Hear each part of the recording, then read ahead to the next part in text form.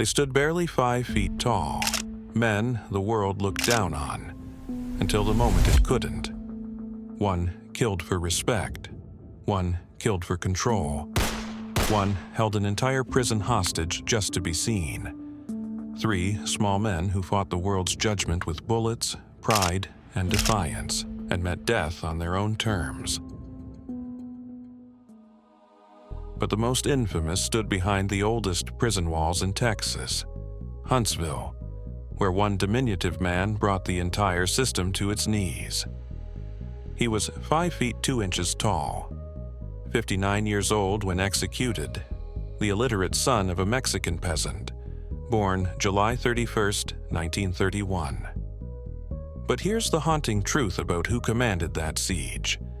Ignacio Cuevas was known to be below the average inmate's average IQ.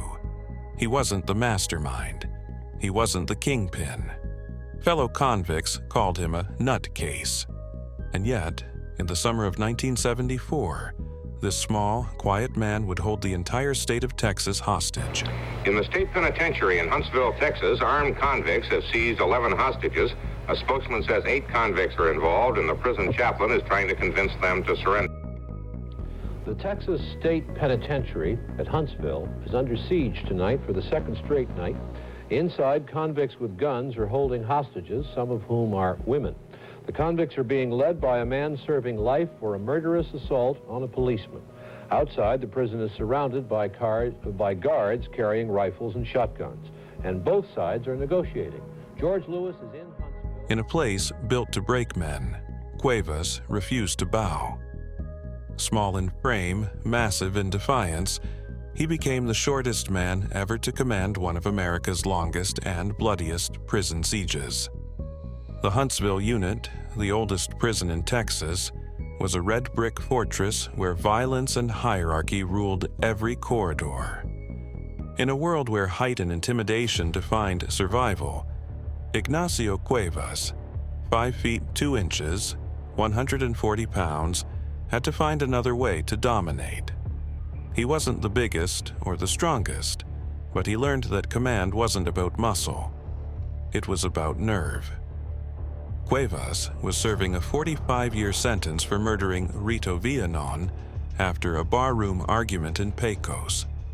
But who was he really? Reeves County Sheriff Raul Flores, who first arrested him in 1971, believed Cuevas wasn't who he claimed to be. He suspected Cuevas had stolen the identity of a murdered man found outside Pecos around the same time Cuevas appeared in town. The lawman never proved it, but he believed it until his dying day.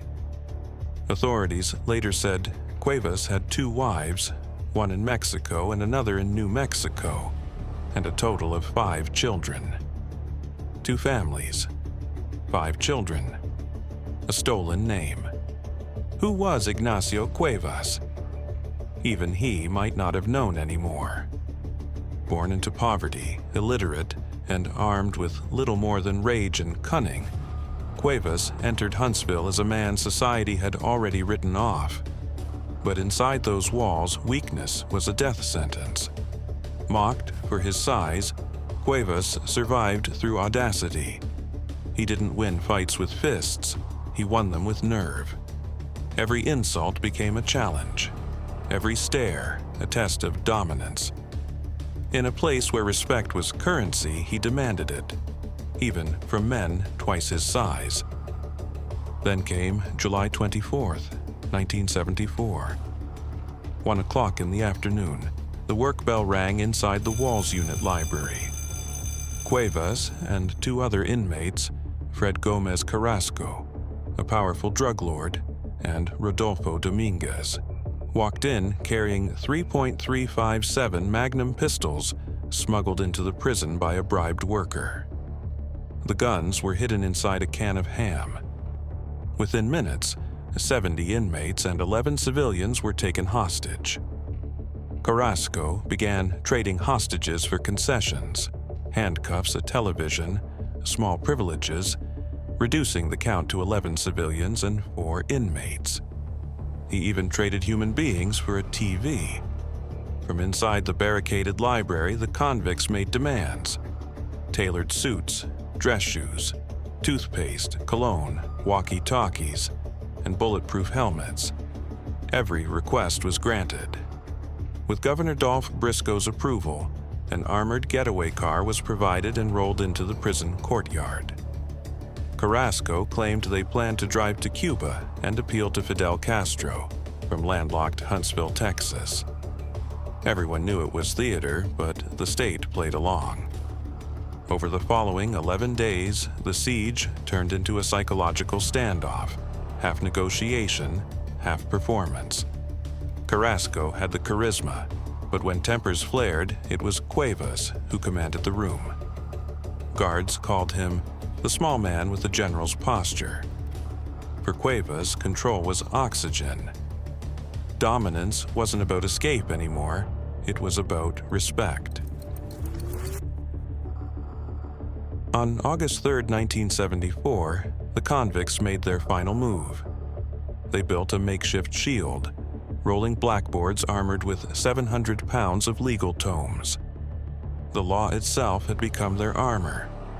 Cuevas, Carrasco, and Dominguez handcuffed themselves to one hostage each and crouched inside the contraption, while 8 other hostages were chained to the outside, forming a human wall.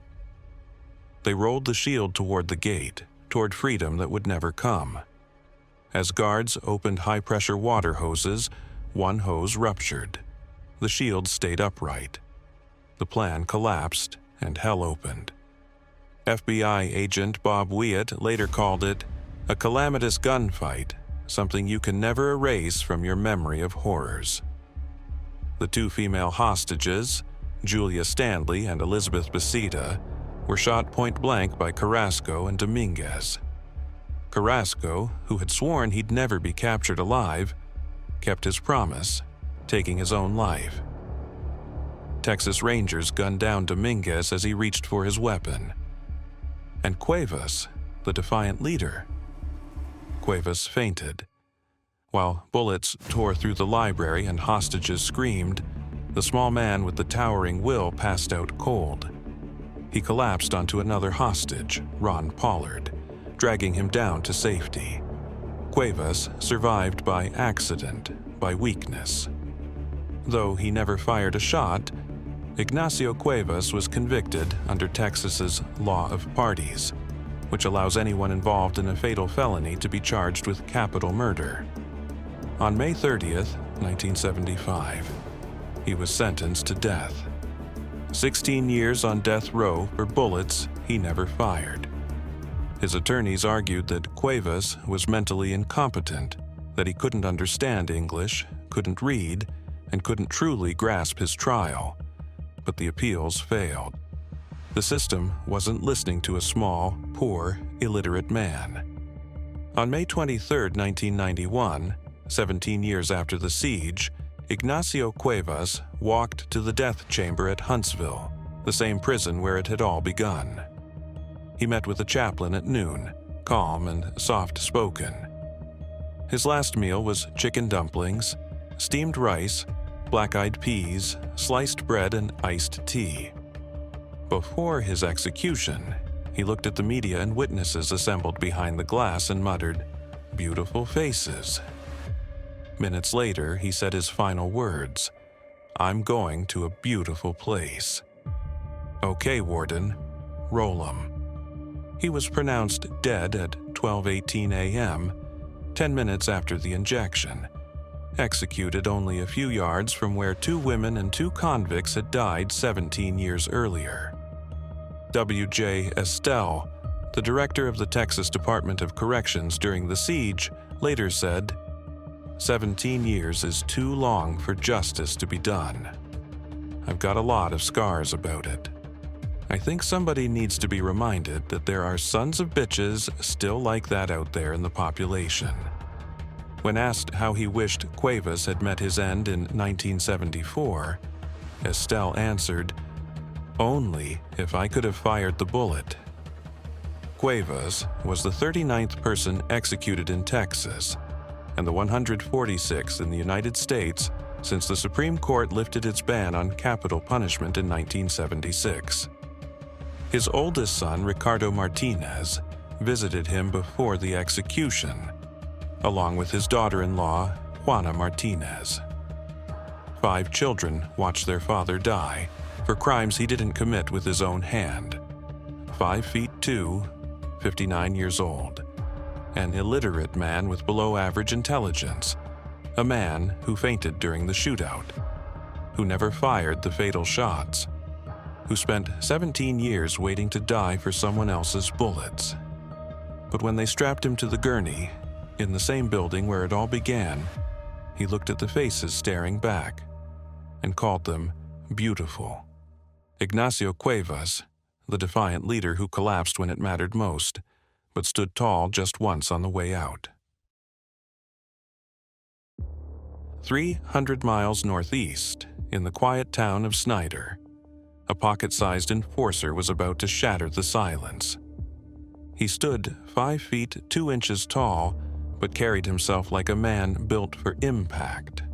Broad shoulders, thick arms, a face that looked far younger than his 30 years. To those who met him, Dorsey Lee Johnson Jr. was compact energy, all pressure and control. A man who didn't shout to command fear, he just acted. And when he acted, people died. In Snyder, Texas, in 1986, life moved slow. But for 19-year-old Dorsey Johnson, patience was not part of the design. He was short, dense, and muscular. The kind of man whose presence filled a space larger than his size should allow. Those who knew him said he was quick to anger, not loud, just sharp, like a spring held too tightly for too long. When tension built, something had to snap. Johnson and his companion, Amanda Miles, didn't just decide to rob the All Soups convenience store that March night. They agreed on something else first. There should be no witnesses. Not, don't hurt anyone. Not, keep it clean. No witnesses. The pair went to the store first to survey its layout, to determine the number of employees working that evening. They found only one, Jack Huddleston, the pre-dawn clerk. They left, made their final plans, and came back. It was after midnight on March the 23rd, 1986. Johnson had a handgun in his pocket when he re-entered the store with Miles. After waiting for customers to leave, he approached the counter and asked Huddleston whether the store had any orange juice in 1-gallon plastic jugs, because there were none on the shelves. A polite question, an ordinary moment. Huddleston said he would check and went to the cooler. That's when Johnson told him it was a robbery, told him to get on the ground. And then, with chilling steadiness, shot him in the back of the neck. Amanda Miles emptied the cash drawer, about $160. 2 cartons of cigarettes were also taken. That was it, $160, 2 cartons of cigarettes. A man's life. To understand Dorsey Johnson, you have to understand power in miniature. He wasn't built like the men who threw weight around. He was built like a pressure valve, compact, wound tight, ready to explode. A small man in a rough world where respect had to be taken, not given. The violence didn't stop there. Just 6 days after Huddleston's murder, Johnson fired 2 shots at a man outside a restaurant in Snyder. A few weeks later, in April, he robbed another convenience store in Colorado City. This time, he shot the clerk in the face, leaving the man permanently disfigured and brain damaged. The victim survived, barely, but would never fully recover. Even behind bars, Johnson kept threatening violence. A sheriff's deputy later testified that Johnson told him he'd get him when he got out. And there was more, violence that had nothing to do with money. A longtime friend, Beverly Johnson, testified that in early 1986, Dorsey had hit her, thrown a large rock at her head, and pointed a gun at her on several occasions. For him, power wasn't just about crime. It was control through terror. That pattern went back years. One of Johnson's classmates testified that he cut him with a piece of glass in the 7th grade. Another said he did it again a year later. There was even evidence that he stabbed a third classmate with a pencil. 7th grade, 8th grade, glass, pencils, weapons. The pattern started early. His father told the court that the deaths of Johnson's mother and sister in 1984 and 1985 had affected him deeply, but he believed the real cause of his son's destruction was youth, anger, and drugs. That's a foolish age, he said. They tend to want to be macho, built up, trying to step into manhood, but they're not mature enough for it. By 16, Dorsey was drinking and using drugs. By 19, it had become a way of life. He frequently missed school and was often disruptive when he did attend. His criminal record stretched back to his teens. A store burglary in Waco in 1985, for which he'd been put on probation. He violated that probation twice for smoking marijuana and was still on probation when he killed Huddleston. When Johnson finally stood trial for murder, the process moved with brutal efficiency. It lasted less than a week.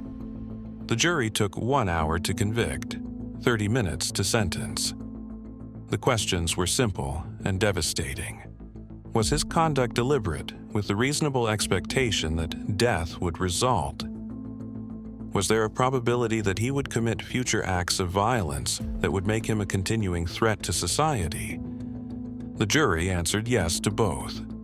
Prosecutors called it an execution-style killing, and they were right. Because Dorsey Johnson, 5 feet 2 inches tall and 158 pounds, had carried out his own private version of justice. Fast, unflinching, absolute. On death row, something inside him changed, or at least tried to. He converted to Islam, joined the Moorish Science Temple, and took a new name, Dorsie Johnson Bay. He spoke of peace and redemption, of faith and fate. When asked whether he believed society should execute him, he paused and said quietly, "Execute the person of 1986? Yes. The person of 1997? No." But change could not erase the past. On June 4, 1997, Dorsey Johnson Bay, age 30, was led to the death chamber in Huntsville, Texas, the same place where hundreds before him had walked their final 13 steps. He had spent 11 years on death row, half his 20s waiting to die. That evening, he ate his last meal and met with a chaplain. His final words were simple. "I would like to tell my family that I love them and always be strong and keep their heads up and keep faith in Jesus." 2 men were executed that night. Johnson Bay went first. An hour later, Davis Losada, 32, was put to death for another murder. By the middle of 1997, Texas had already equaled its execution record from 1935. 20 convicted killers had been executed that year, 4 in that week alone. At 6:27 p.m., Dorsie Johnson Bay was pronounced dead. Among men like Johnson, size was never the limit. It was the spark. 5'2", but built like a battering ram, he lived in a world where control was survival, and when the world didn't bend, he forced it. He didn't kill for pleasure, he killed to prove he could. In the psychology of power, he was the embodiment of the coiled spring, a man whose violence was not wild, but compressed intensity. When Dorsey Johnson died, he weighed 158 pounds, more than any man his height should have, as if his body carried the density of all the anger he could never release in words. From the 7th grade to age 30, glass, pencils, guns, control through violence. They had agreed, no witnesses. 5 feet 2, 158 pounds of compressed rage, built like a coiled spring, and just as deadly. Dorsey Johnson Jr., the compact enforcer, the short man who struck like a hammer.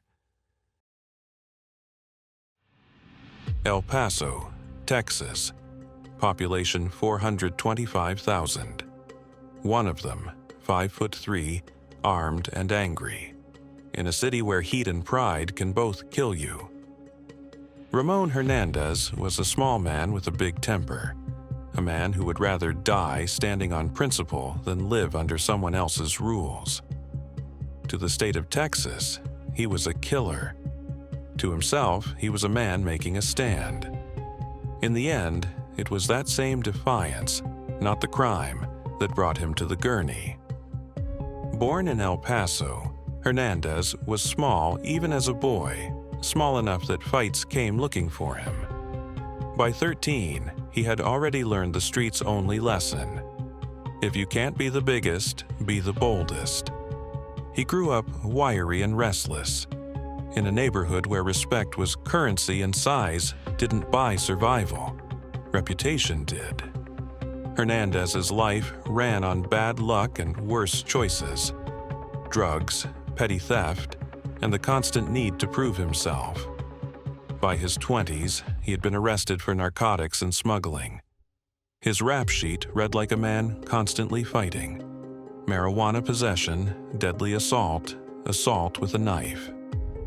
Each charge was a small explosion, each one proof he wouldn't back down.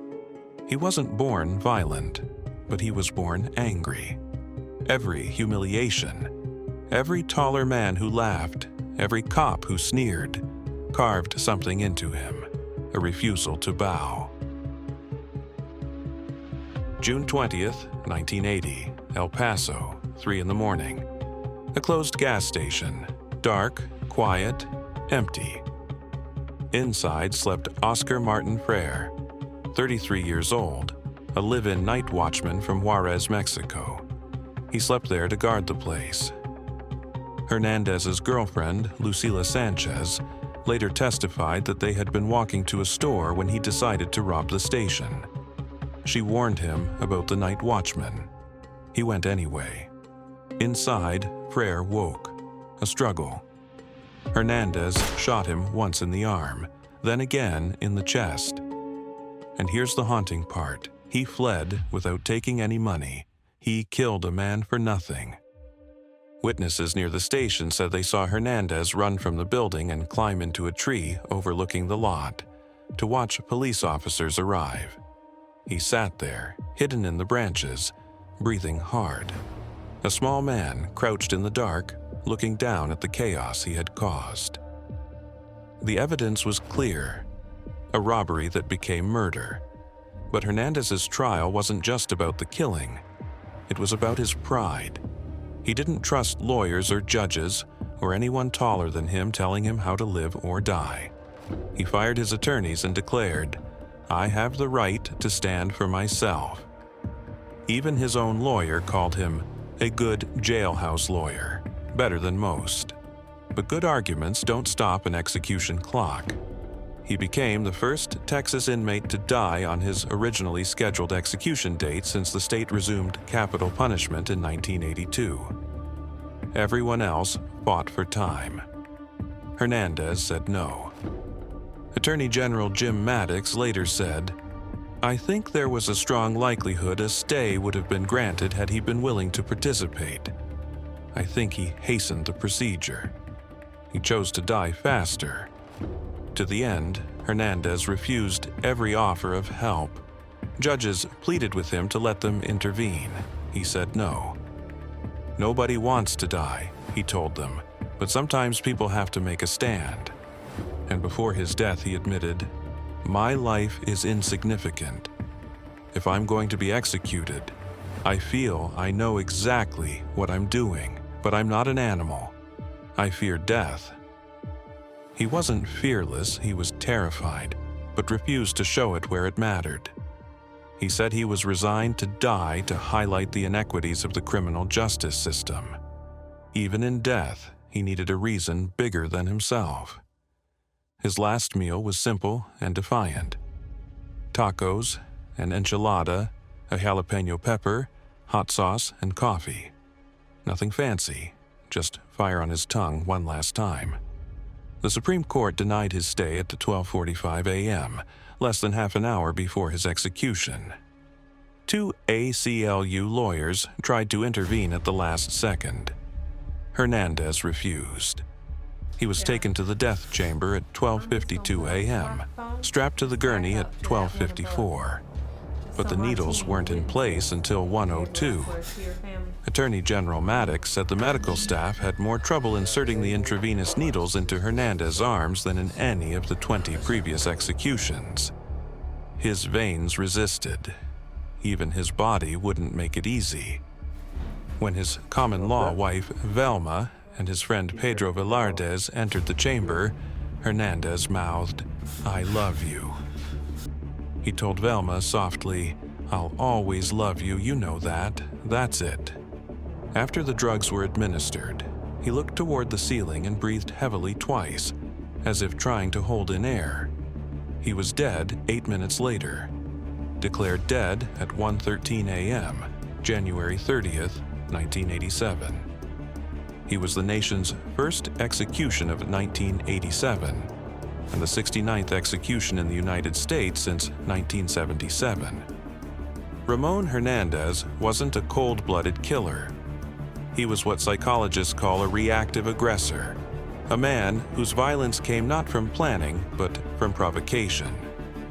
At 5'3", living in a world that measured worth in inches, every insult cut deeper.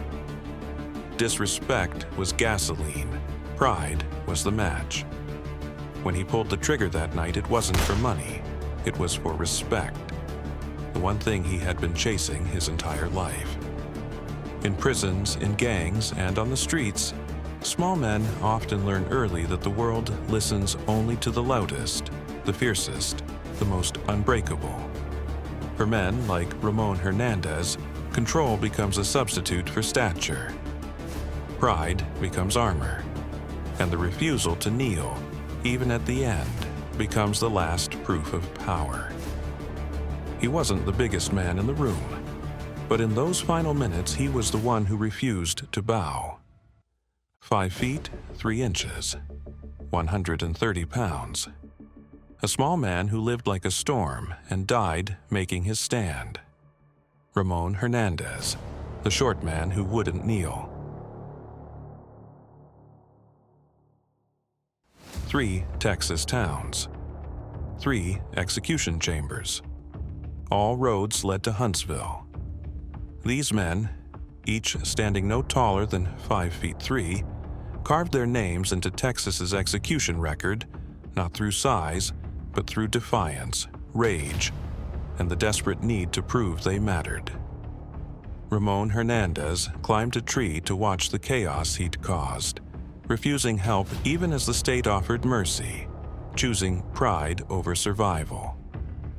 Dorsey Johnson planned his murders with chilling precision, agreeing with his accomplice that there should be no witnesses, his compact frame hiding compressed violence that had been building since 7th grade.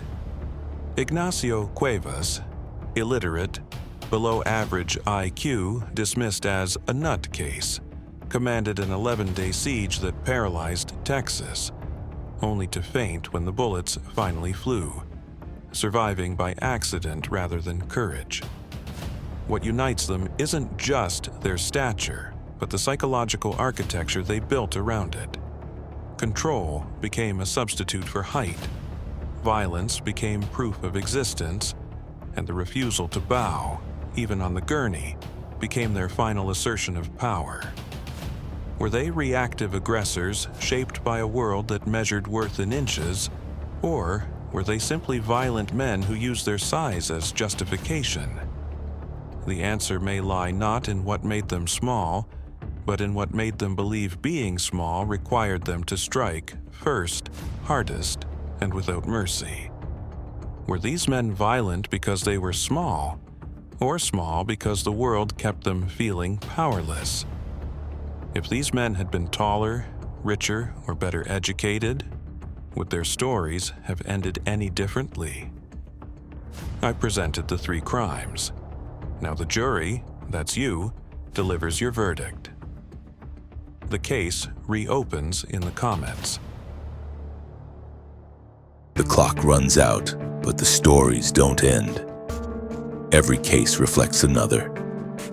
Join us again to discover more lives, more secrets, more connected crimes. If you found the stories chilling, hit like, share it with your friends, and subscribe so you won't miss the next episodes.